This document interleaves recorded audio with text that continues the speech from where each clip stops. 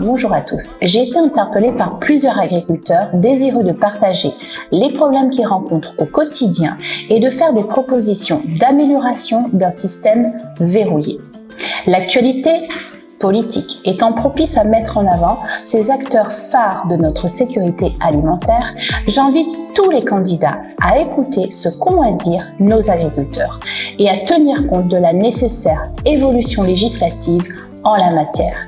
Parce que nous aurons beau utiliser de grands mots tels que transition écologique, transmission intergénérationnelle ou encore diversification, si on ne propose pas de solutions concrètes aux difficultés spécifiques de notre territoire, on ne fera que reproduire un système inadapté de génération en génération. Je vous emmène avec moi sur le terrain. Bonjour. Bonjour. Merci d'être venu Merci. rendre à nos visites en tant qu'agriculteur. Voilà, c'est Tavis. Moi, les agriculteurs sur Grand-Bois, là c'est le secteur Grand-Bois-Léo, commune de Saint-Pierre. D'accord. Donc, moi, les agriculteurs de père en fils. C'est une exploitation que moi, elle a repris avec mes parents. Et sinon, qu'on les années même, il fait 35 ans que moi, elle est dans le métier. D'accord. Donc, moi, les producteurs canne. Et aujourd'hui, nous fait diversification sur l'ananas. Donc, diversification, il veut dire que nous sommes en train de tirer nos cannes. Moi, on plante l'ananas et on fait un petit peu de culture, comment dire ça, petite culture en fin de compte. Que tu nous parles de diversification, c'est un choix que tu fais, mais c'est pour toi c'est une obligation, c'est une orientation, c'est une nécessité. Mais je dirais pas c'est un choix, mais je dirais plutôt c'est une obligation. Aujourd'hui là, nous les perdus loin. Moi bien sûr c'est mon cas. Et mon cas il veut dire que je pense que tous les agriculteurs sont comme ça. En fait, on se dit, et après c'est surtout depuis qu'il y a eu la Covid, il y a les problèmes d'importation des produits, il y a eu des produits qui étaient bloqués à l'étranger, on n'arrivait plus à avoir des produits, et on se pose la question à un moment donné, qu'est-ce qu'on va manger à la Réunion demain? Nos enfants, qu'est-ce qu'ils vont manger? Donc la sécurité alimentaire, c'est une transition, c'est déjà améliorer nous de manger, privilégier des produits locaux, et plus tard, c'est prévenir une crise peut-être internationale, mondiale, qui fait que nous reste une petite caillou, mais c'est quoi nous va manger? D'accord. Alors la sécurité alimentaire, oui, effectivement. Peut-être nous dirait peut-être nous pourrait arriver à cette sécurité-là, mais il faut pas aussi y obliger. Enfin, c'est pas une question d'obliger. Il faut vraiment nous faire. Il faut vraiment que les agriculteurs ils fassent cette diversification pour pouvoir nourrir la population. Mais le souci, faut donner à nous notre chance. Alors nous, il oblige à nous à faire de la qualité ici, mais est-ce que à l'extérieur, nous t'y fait pareil nous? Il y a une concurrence peut-être déloyale. Mais bien sûr, on regarde les oignons. Aujourd'hui, là, il y a un gros souci au niveau des oignons. Alors, il dit à nous comme ça, il faut que nous fassions des oignons, il faut nous faire de l'ail, mais il faut nous arrêter aussi avec les produits chimiques. Enfin, moi, comme il dit produits chimiques, là, mais il pense pas que c'est du chimique. Parce que quand nous faisons les oignons, là, nous toujours mis de l'engrais. Ouais, nous mettons l'engrais, nous mettons le sulfate pour empêcher les mouches, les papillons, tout. Mais aujourd'hui, tu ne veux plus que nous travaillions avec ces produits-là. Comment nous pouvons faire? Mais réfléchis bien, comment nous pouvons mettre en place une culture que nous n'avons plus les matières premières pour lancer la plante. Et donc, si tu fais venir le l'ail ou les oignons en dehors, dans quel pays?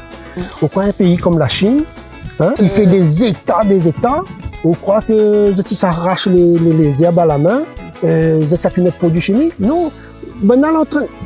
Pour moi, les grands pays, ils sont à fond dans un produit chimique. C'est eux qui inventent ça, n'est pas la Réunion. C'est eux qui l'ont inventé. Donc, il veut dire qu'ils ont une structure bien encadrée pour vendre d'autres produits. Et nous, du coup, qu'est-ce qui pourrait aider Azote de mettre en œuvre tout ça et de passer à une vraie diversification? Parce que on a des blocages. Là, aujourd'hui, nous entend plein de candidats. Nous, on est en pleines élections législatives. Nous entend plein de candidats. Ils parlent la sécurité alimentaire, les agriculteurs. Mais en même temps, on a l'impression que personne n'y cause vraiment avec les personnes concernées. Les biens de parler à d'autres sujets. Mais ce serait bien aussi d'écouter à nous ce que nous menons à dire. Et après, aujourd'hui, ils posent la question, pourquoi ben voilà, pourquoi les gens ils votent plus. Pourquoi les agriculteurs ils savent plus voter. Parce attention, hein, dans le monde agricole, il y en a beaucoup d'agriculteurs. Ah ben ils votent pas, bien sûr. Vous comprenez? Bien sûr. Ben nous ne votons pas parce que nous les perdus, en fin de compte. Nous les perdus, ce manque de... On dit que c'est un manque de respect. De respect, de considération. Hein, c'est un manque de respect. De reconnaissance de ce que vous êtes, de ce que vous faites. Parce que les autres, ils prennent des décisions. Ils sont en train de prendre des décisions, je dirais, un petit peu n'importe comment. Hein? Parce qu'aujourd'hui, là, hein, quand on voit la canne, nous là en 2024, nous devons être sur un plateau, sur une table ronde, parler déjà de la mémoire intelligente. Ouais, aujourd'hui, toutes les entreprises, ils parlent de ça, mémoire intelligente. Mais nous, nous n'est pas en train de parler de la mémoire intelligente. Nous sommes en train de parler que la canne, ça, la canne couler, en fin de compte, la canne disparaître. Vous comprenez? Mais il revient sur la diversification. Oui. Fait la diversification, mais nous n'avons plus de la main-d'œuvre. Alors justement, on t'es parlé à moi des jeunes tout à l'heure. On t'a dit à moi, on n'a plus la main-d'œuvre. Qu'est-ce qui bloque nos jeunes? Est-ce qu'il y a un problème pour qui fait que les jeunes... Il y a un problème, bien sûr, il y a un problème. Parce que déjà, quand les jeunes entendent que les autorités sont en train de dire que la canne est en train de couler, les autres, ils n'osent plus de lancer dans la canne.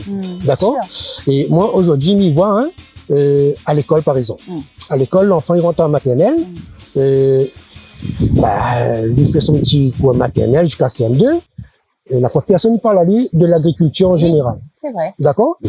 L'enfant, il passe à 6e. Voilà, il oriente déjà vers un métier d'avenir, bureautique, informatique, patati patata. Mais il n'a pas aucun secteur d'activité agricole au niveau des écoles.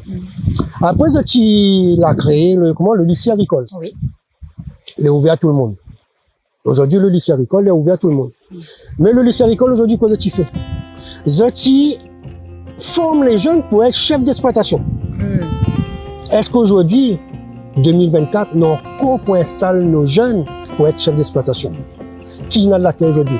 C'est les pères qui redonnent notre fils. Et en contraire, le père qui n'a de la terre, notre fils, il revient plus dedans. D'accord? Mais il fait une petite parenthèse là-dessus. Donc, Zoti forme les jeunes pour être chefs d'exploitation. Le jeune, il finit faire aller 2 ans, 3 ans, il arrive au BTS, lui, il est chef d'exploitation. On va dire comme ça. Mais il est chef de qui, au final? Lui, il est chef d'exploitation. Lui, c'est un chef d'exploitation. Pour lui, dans sa tête, le jeune, moi, je suis capable d'emmener un terrain. Moi, je suis capable de faire ça. Lui, il vient pas jamais en ouvrier agricole. Et il voit pas aujourd'hui les pleins de terrains là, abandonnés. Oui. Pourquoi? Parce que le jeune, il est formé pour être chef d'exploitation, lui, il n'est pas formé pour être ouvrier. Moi, il dit, commençons par la maternelle.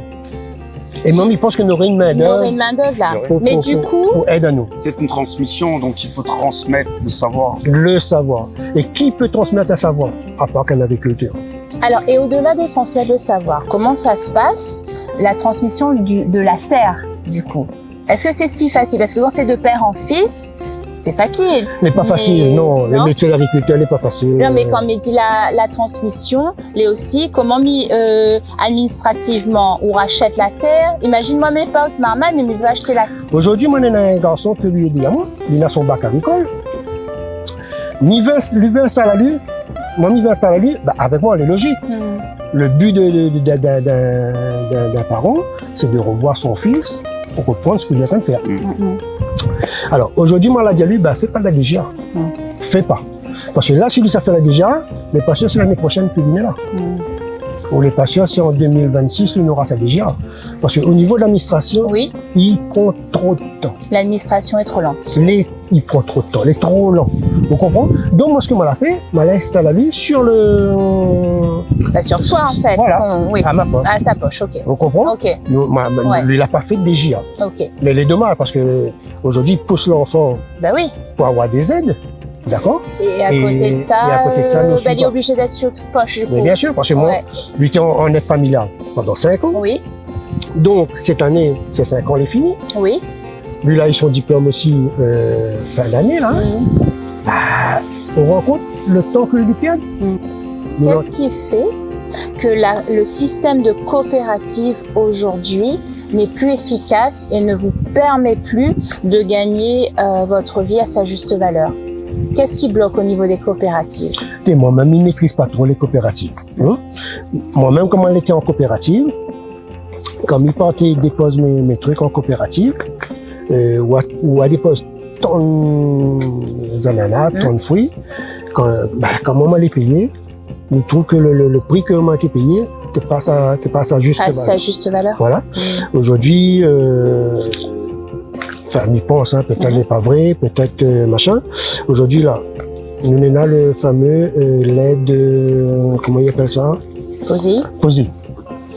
Ben, moi, pour on est en train de mettre le POSEI, hein, au prix de le produit que nous fait ici. En fait, ils veulent compenser la marge par du POSEI. Ouais. C'est-à-dire qu'ils veulent vous faire gagner votre vie, non pas sur le fruit de votre travail, mais sur des aides financières extérieures. Voilà. Voilà. Donc finalement, le grand gagnant, il va savoir. Il ne parlerait pas le grand gagnant, il parle le grand perdant. Le grand perdant. Le grand perdant, c'est toujours l'agriculteur. Le problème de la diversification pour les caniers et de la transmission, en fait, déjà pour la transmission, c'est simple le problème. C'est que à partir du moment où tu veux racheter une exploitation, ça coûte tellement cher que tu es obligé de passer devant une banque. Et du coup, quand tu passes devant une banque, ce qu'ils veulent, c'est des contrats. C'est le lien du coup avec les coopératives. Parce que c'est eux qui vont, même si ils vont pas te rémunérer correctement, etc., c'est eux qui vont t'assurer en fait tes rentes et enfin ta rentrée d'argent.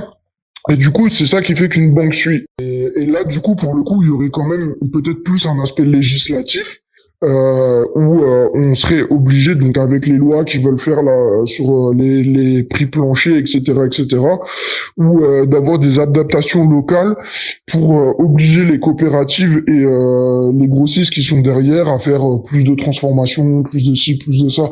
Enfin, il y a plein de voies à explorer. Ou sinon, du coup, de laisser les agriculteurs reprendre la main sur leur destin en allant vendre dans leur propre quartier. Tavis, merci beaucoup d'avoir dit Saknapoudi. Merci pour ton témoignage, merci pour le travail que tu fais et merci à tous les agriculteurs pour le travail que vous faites pour nous, pour nos enfants. Tavis, bonne continuation. Nous veillerons, nous serons là, le collectif de défense des intérêts Saint-Pierrois, nous serons là et le 10 Saknapoudi deviendra plus tard, c'est Zot l'a dit. Merci. Ben, moi aussi pareil, nous remercions les autres de passer et prendre en considération la pénibilité de nos agriculteurs aujourd'hui.